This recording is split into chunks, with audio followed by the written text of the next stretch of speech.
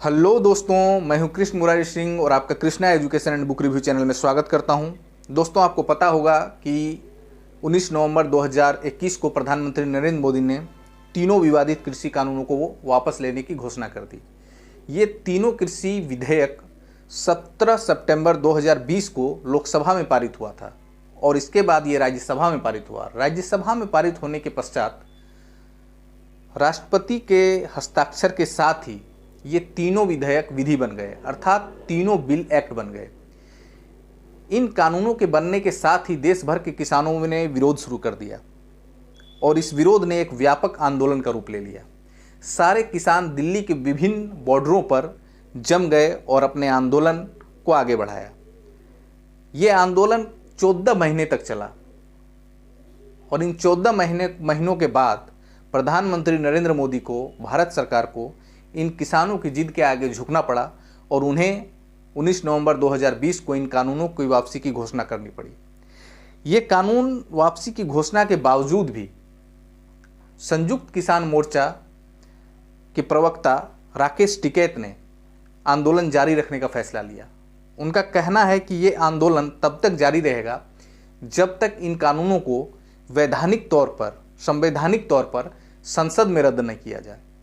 तो दोस्तों, हमें यह जानना बहुत जरूरी हो जाता है कि कोई भी कानून कैसे बनता है और इन कानूनों को रद्द करने की क्या प्रक्रिया है।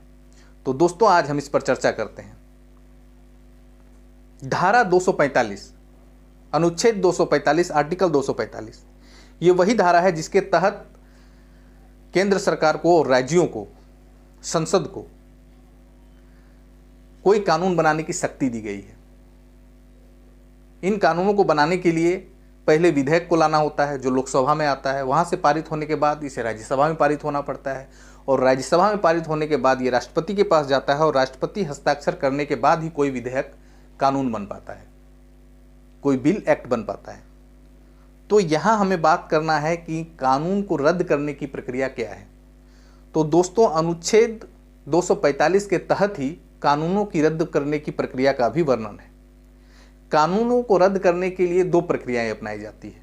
या तो इसके लिए पहले अध्यादेश लाया जाता है और अध्यादेश लाने के 6 महीने बाद विधेयक को लोकसभा में पेश किया जाता है और ये कानून को रद्द करने वाला विधेयक होता है और ये लोकसभा से पारित होने के बाद राज्यसभा में पारित होता है और राज्यसभा में पारित होने के बाद राष्ट्रपति के हस्ताक्षर के साथ ही उस कानून को रद्द माना जाता है। तो जैसे ये कृषि कानूनों को रद्द यदि करना होगा वैधानिक ढंग से तो सबसे पहले farm repealing and amendment act 2021 को लोकसभा में पेश किया जाएगा। लोकसभा से पारित होने के बाद ये राज्यसभा में जाएगा और राज्यसभा में पारित होने के बाद ये राष्ट्रपति के पास जाएगा और वहाँ हस्ताक्षर होने के बाद इस कानून को रद्द माना जाएगा। ये पहला मौका नहीं है दोस्तों जब किसी कानून को रद्द किया जा रहा है। इसके पहले भी बहुत सारे कानूनों को रद्द करने के लिए रिपेलिंग एंड अमेंडमेंट एक्ट लाया गया है। जैसे रिपेलिंग एंड अमेंडमेंट एक्ट 2050 लाया गया था जिसके तहत 72 कानूनों को रद्द किया गया था। अभी हाल फिलहाल में ही रिपेलिंग एंड अमेंडमेंट एक्ट 2019 लाया गया था जिसके अंतर्गत मोटर व्हीकल एक्ट और इसके साथ ही बहुत सारे कानूनों को रद्द किया गया था।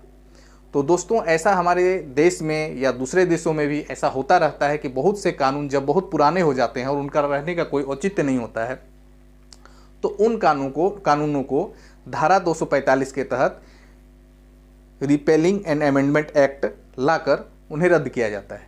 बहुत सारे कानून ऐसे होते हैं जिसकी जनता मांग करती है उनकी वापसी की, वो भी कानून इसी तरह रद्द होते हैं। बहुत सारे कानून बहुत पुराने हो जाने के कारण रद्द होते हैं और जिन कानूनों का कोई औचित्य नहीं होता है उस तरह के कानूनों को इसी तरह से रद्द किया जाता है। तो दोस्तों, ये कानूनों को रद्द करने की प्रक्रिया का वर्णन था और इसी प्रकार से फार्म एक्ट जो है वो भी रद्द किए जाएंगे। तो दोस्तों, ये एक छोटा सा वीडियो था। यदि आपको अच्छा लगा हो तो इसे लाइक करें, सब्सक्राइब करें और शेयर करें।